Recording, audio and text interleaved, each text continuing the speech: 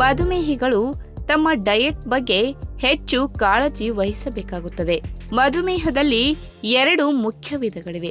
ಅವುಗಳೆಂದರೆ ಟೈಪ್ 1 ಮಧುಮೇಹ ಮತ್ತು ಟೈಪ್ 2 ಮಧುಮೇಹ. 2 ರೀತಿಯ ಮಧುಮೇಹವನ್ನ ಹೋಗಲಾಡಿಸಲು ಆಯುರ್ವೇದ ವೈದ್ಯರು ಅದ್ಭುತವಾದ ಪರಿಹಾರವನ್ನ ಹೇಳಿದ್ದಾರೆ.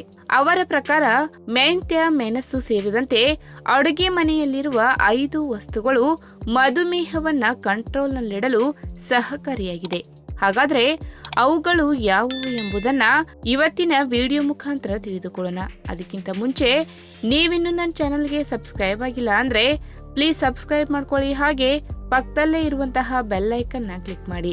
ಆಯುರ್ವೇದದ ಗಿಡಮೂಲಿಕೆಗಳಾದ ಕರಿಮೆಣಸು, ಮೆಂತ್ಯ, ಶುಂಠಿ, ದಾಲ್ಚಿನ್ನಿ, ಅರಿಶಿನ, ನೆಲ್ಲಿಕಾಯಿ ಆಯುರ್ವೇದ ಗಿಡಮೂಲಿಕೆಗಳು 2 ರೀತಿಯ ಮಧುಮೇಹವನ್ನ ಗುಣಪಡಿಸುವ ಶಕ್ತಿಯನ್ನ ಹೊಂದಿವೆ. ಆದರೆ ಅವುಗಳನ್ನು ತಿನ್ನಲು ಸರಿಯಾದ ಮಾರ್ಗ ಮತ್ತು ಸರಿಯಾದ ಸಮಯವಿದೆ. ಶುಂಠಿಯು ಮಧುಮೇಹ ವಿರೋಧಿ, ಹೈಪೋಲಿಪಿಡೆಮಿಕ್ ಮತ್ತು ಉತ್ಕರ್ಷಣ ನಿರೋಧಕ ಗುಣಗಳನ್ನು ಹೊಂದಿದೆ. ಇದು ಚಯಾಪಚಯವನ್ನ ಸುಧಾರಿಸುವ ಮೂಲಕ ರಕ್ತದಲ್ಲಿ ಸಕ್ಕರೆಯ ಮಟ್ಟವನ್ನ ಕಡಿಮೆ ಮಾಡಲು ಸಹಾಯ ಮಾಡುತ್ತದೆ. ಊಟಕ್ಕೆ 1 ಗಂಟೆ ಮೊದಲು ಅಥವಾ ನಂತರ ಶುಂಠಿ ಚಹಾವನ್ನ ಕುಡಿಯಿರಿ. ಇನ್ನು ಕರಿಮೆಣಸು ಪೈಪರಿನ್ ಅನ್ನ ಹೊಂದಿರುತ್ತದೆ. ಇದು ಇನ್ಸುಲಿನ್ ಸೂಕ್ಷ್ಮತೆಯನ್ನ ಸುಧಾರಿಸುತ್ತದೆ. ಅದೇ ಸಮಯದಲ್ಲಿ ಇದು ರಕ್ತದಲ್ಲಿನ ಸಕ್ಕರೆಯನ್ನ ನಿಯಂತ್ರಿಸುತ್ತದೆ. ಕರಿಮೆಣಸನ್ನ ಪುಡಿ ಮಾಡಿ 1 ಚಮಚ ಅರಿಶಿನ ಪುಡಿಯೊಂದಿಗೆ ಬೆಳಿಗ್ಗೆ ಖಾಲಿ ಹೊಟ್ಟೆಯಲ್ಲಿ ಅಥವಾ ರಾತ್ರಿ ಊಟಕ್ಕೆ 1 ಗಂಟೆ ಮೊದಲು ಸೇವನೆ ಮಾಡಬಹುದು. ಇನ್ನು ಮೆಂತ್ಯವು ಮಧುಮೇಹವನ್ನ ಹಿಮ್ಮೆಟ್ಟಿಸಲು ಅದ್ಭುತವಾದ ಆಯುರ್ವೇದ ಔಷಧಿಯಾಗಿದೆ. ಅದರ ಬಿಸಿ ಪರಿಣಾಮ ಮತ್ತು ಕಹಿ ರುಚಿಯಿಂದಾಗಿ ಇದು ಬೊಜ್ಜು ಮತ್ತು ಕೊಲೆಸ್ಟ್ರಾಲ್ ಅನ್ನ ಕಡಿಮೆ ಮಾಡಲು ಸಹಾಯ ಮಾಡುತ್ತದೆ. ಇದು ರಕ್ತದಲ್ಲಿನ ಸಕ್ಕರೆಯನ್ನ ಕಡಿಮೆ ಮಾಡುತ್ತದೆ ಮತ್ತು ಗ್ಲೂಕೋಸ್ ಸಹಿಷ್ಣುತೆಯನ್ನು ಹೆಚ್ಚಿಸುತ್ತದೆ. ಮೆಂತ್ಯವನ್ನ ನೀವು ಬೆಳಿಗ್ಗೆ ಖಾಲಿ ಹೊಟ್ಟೆಯಲ್ಲಿ ಅಥವಾ ರಾತ್ರಿ ಮಲಗುವ ಮೊದಲು 1 ಚಮಚ ಮೆಂತ್ಯದ ಪುಡಿಯನ್ನು ಉಗುರು ಬೆಚ್ಚಗಿನ ನೀರಿನಿಂದ ಸೇವಿಸಬಹುದು.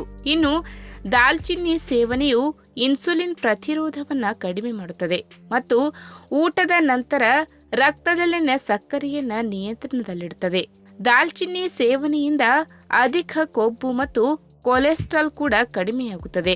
ಬೆಳಿಗ್ಗೆ ಖಾಲಿ ಹೊಟ್ಟೆಯಲ್ಲಿ 1 ಚಮಚ ದಾಲ್ಚಿನ್ನಿ ಪುಡಿಯನ್ನು ಅರ್ಧ ಚಮಚ ಅರಿಶಿನ ಪುಡಿ ಮತ್ತು ಅರ್ಧ ಚಮಚ ಮೆಂತ್ಯ ಪುಡಿಯೊಂದಿಗೆ ಸೇವಿಸಿ. ಇನ್ನು ಆಯುರ್ವೇದದಲ್ಲಿ ಅರಿಶಿನವನ್ನ ಮತ್ತು ನೆಲ್ಲಿಕಾಯಿಯ ಮಿಶ್ರಣವು ರಕ್ತದಲ್ಲಿನ ಸಕ್ಕರೆಯನ್ನು ಸಮತೋಲನದಲ್ಲಿಡಲು ಬಹಳಷ್ಟು ಸಹಾಯ ಮಾಡುತ್ತದೆ. ಇದು ಶಕ್ತಿಯುತವಾಗಿರಿಸುತ್ತದೆ ಮತ್ತು ಕಫ ದೋಷವನ್ನ ಸಮತೋಲನಗೊಳಿಸುತ್ತದೆ. ಅರಿಶಿನ ಮತ್ತು ಆಮ್ಲ ಪುಡಿಯನ್ನು ಬೆರೆಸಿ 1 ಟೀ ಸ್ಪೂನ್ ಮಿಶ್ರಣವನ್ನ ಮಾಡಿ ಬೆಳಿಗ್ಗೆ ಇದನ್ನ ಖಾಲಿ ಹೊಟ್ಟೆಯಲ್ಲಿ ಸೇವಿಸಿ.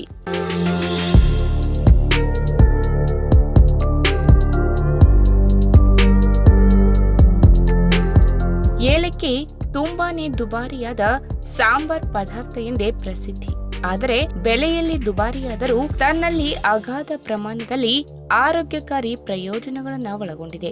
ಸಾಮಾನ್ಯವಾಗಿ ಇದನ್ನು ವಿಶೇಷ ಅಡುಗೆಗಳಲ್ಲಿ ಇಲ್ಲಾಂದ್ರೆ ಸಿಹಿ ತಿನಿಸುಗಳನ್ನ ಮಾಡುವಾಗ ಹೆಚ್ಚಾಗಿ ಬಳಸಲಾಗುತ್ತದೆ. ಇದರಿಂದ ಆಹಾರದ ರುಚಿ ಮತ್ತು ಪರಿಮಳ ಹೆಚ್ಚಾಗುವುದು ಮಾತ್ರವಲ್ಲದೆ ಇಂತಹ ಅಡುಗೆ ಸೇವನೆಯಿಂದ ಆರೋಗ್ಯಕ್ಕೂ ಕೂಡ ಸಾಕಷ್ಟು ಪ್ರಯೋಜನಗಳು ಸಿಗುತ್ತವೆ. ಇದಕ್ಕಾಗಿಯೇ ಏಲಕ್ಕಿಗೆ ಆಯುರ್ವೇದ ಪದ್ಧತಿಯಲ್ಲಿ ಕೂಡ ಒಂದು ವಿಶೇಷ ಸ್ಥಾನಮಾನವಿದೆ. ಇನ್ನು ಆಹಾರ ಕ್ರಮದಲ್ಲಿ ಇದನ್ನು ಸೇರಿಸಿಕೊಳ್ಳುವುದರಿಂದ ಹಲವು ಬಗೆಯ ಸಣ್ಣ ಪುಟ್ಟ ಕಾಯಿಲೆಗಳಿಂದ ಹಿಡಿದು ದೀರ್ಘಕಾಲದ ಕಾಯಿಲೆಯಾದ ಮಧುಮೇಹದಂತಹ ಸಮಸ್ಯೆಯನ್ನು ಕೂಡ ನಿಯಂತ್ರಣದಲ್ಲಿಡಲು ಸಹಾಯ ಮಾಡುವುದು. ಅದರಲ್ಲೂ ದಿನಕ್ಕೆ 1 ಬಾರಿಯಾದರೂ ಏಲಕ್ಕಿ ಚಹಾ ಸೇವನೆ ಮಾಡುವುದರಿಂದ ರಕ್ತದಲ್ಲಿನ ಸಕ್ಕರೆ ಮಟ್ಟ ನಿಯಂತ್ರಣಕ್ಕೆ ಬಂದು ಮಧುಮೇಹ ಸಮಸ್ಯೆ ಕಂಟ್ರೋಲ್ಗೆ ಸಿಗುತ್ತದೆ. ಇನ್ನೂ ಒಂದು ಪ್ರಮುಖ ವಿಷಯ ಏನೆಂದರೆ ಏಲಕ್ಕಿ ಚಹಾ ಮಾಡುವ ಸಂದರ್ಭದಲ್ಲಿ ಇದಕ್ಕೆ ಶುಂಠಿಯನ್ನು ಕೂಡ ಬಳಸುವುದರಿಂದ ಇನ್ನಷ್ಟು ಆರೋಗ್ಯಕಾರಿ ಲಾಭಗಳನ್ನ ಪಡೆದುಕೊಳ್ಳಬಹುದು. ಹಾಗಾದ್ರೆ ಬನ್ನಿ ಇದರ ಇನ್ನಷ್ಟು ಉಪಯೋಗಗಳ ಬಗ್ಗೆ ಇವತ್ತಿನ ವಿಡಿಯೋ ಮುಖಾಂತರ ತಿಳಿದುಕೊಳ್ಳೋಣ. ಅದಕ್ಕಿಂತ ಮುಂಚೆ ನೀವಿನ್ನು ನನ್ನ ಚಾನಲ್ಗೆ ಸಬ್ಸ್ಕ್ರೈಬ್ ಆಗಿಲ್ಲ ಅಂದ್ರೆ ಪ್ಲೀಸ್ ಸಬ್ಸ್ಕ್ರೈಬ್ ಮಾಡ್ಕೊಳ್ಳಿ. ಹಾಗೆ ಪಕ್ಕದಲ್ಲೇ ಇರುವಂತಹ ಬೆಲ್ ಐಕನ್ ನ ಕ್ಲಿಕ್ ಮಾಡಿ. ಏಲಕ್ಕಿಯಲ್ಲಿ ಆಂಟಿ ಆಕ್ಸಿಡೆಂಟ್ ಮತ್ತು ಆಂಟಿಬಯೋಟಿಕ್ ಅಂಶಗಳು ಸಮೃದ್ಧ ಪ್ರಮಾಣದಲ್ಲಿ ಕಂಡುಬರುವುದರಿಂದ ಅಧಿಕ ರಕ್ತದೊತ್ತಡ, ಬಾಯಿಯ ದುರ್ವಾಸನೆ, ಖಿನ್ನತೆ ಸಮಸ್ಯೆ, ದೇಹದ ತೂಕ ಇಳಿಸುವಲ್ಲಿ ಪ್ರಮುಖ ಪಾತ್ರ ವಹಿಸುತ್ತದೆ. ಅಷ್ಟೇ ಅಲ್ಲದೆ ದಿನಕ್ಕೆ 1 ಬಾರಿಯಾದರೂ ಏಲಕ್ಕಿ ಚಹಾ ಕುಡಿಯುವ ಅಭ್ಯಾಸ ಮಾಡಿಕೊಂಡರೆ ಸಕ್ಕರೆ ಕಾಯಿಲೆಯನ್ನು ಕೂಡ ನಿಯಂತ್ರಣದಲ್ಲಿ ಇಟ್ಟುಕೊಳ್ಳಬಹುದು. ಈ ಬಗ್ಗೆ ನಡೆದಿರುವ ಅಧ್ಯಯನದ ಪ್ರಕಾರ ಏಲಕ್ಕಿಯಲ್ಲಿ ಯಥೇಚ್ಛವಾಗಿ ಆಂಟಿ ಆಕ್ಸಿಡೆಂಟ್, ಉರಿಯೂತ ಶಮನಕಾರಿ ಗುಣಲಕ್ಷಣಗಳು ಮತ್ತು ಹೈಪೋಲಿಪಿಡೆಮಿಕ್ ಎನ್ನುವ ಆರೋಗ್ಯಕಾರಿ ಅಂಶಗಳು ಕಂಡುಬರುವುದರಿಂದ ಮಧುಮೇಹ ರೋಗಿಗಳ ರಕ್ತದಲ್ಲಿನ ಸಕ್ಕರೆ ಮಟ್ಟ ಏರಿಕೆಯಾಗದಂತೆ ನೋಡಿಕೊಳ್ಳುತ್ತದೆ. ಇದರಿಂದ ಮಧುಮೇಹ ಕಾಯಿಲೆ ಕೂಡ ನಿಯಂತ್ರಣಕ್ಕೆ ಬರುತ್ತದೆ. ಒಂದು ವೇಳೆ ನಿಮಗೆ ಈಗಾಗಲೇ ಸಕ್ಕರೆ ಕಾಯಿಲೆ ಸಮಸ್ಯೆ ಇದ್ದರೆ ದಿನಕ್ಕೆ 1 ಕಪ್ ಈ ಏಲಕ್ಕಿ ಚಹಾ ಕುಡಿಯುವ ಅಭ್ಯಾಸ ಮಾಡಿಕೊಳ್ಳಿ. ಇದರಿಂದ ರಕ್ತದಲ್ಲಿನ ಸಕ್ಕರೆ ಮಟ್ಟ ನಿಯಂತ್ರಣಕ್ಕೆ ಬರುವುದು. ಆದರೆ ಯಾವುದಕ್ಕೂ ಒಮ್ಮೆ ನಿಮ್ಮ ವೈದ್ಯರ ಸಲಹೆಗಳನ್ನು ಪಡೆದು ಮುಂದುವರೆದರೆ ಒಳ್ಳೆಯದು. ಈ ವಿಡಿಯೋ ನಿಮಗೆ ಇಷ್ಟವಾದಲ್ಲಿ ತಪ್ಪದೇ ಲೈಕ್ ಮಾಡಿ, ಶೇರ್ ಮಾಡಿ, ಹಾಗೆ ನಿಮ್ಮ ಅನಿಸಿಕೆನ ಕಮೆಂಟ್ ಮೂಲಕ ತಿಳಿಸಿ.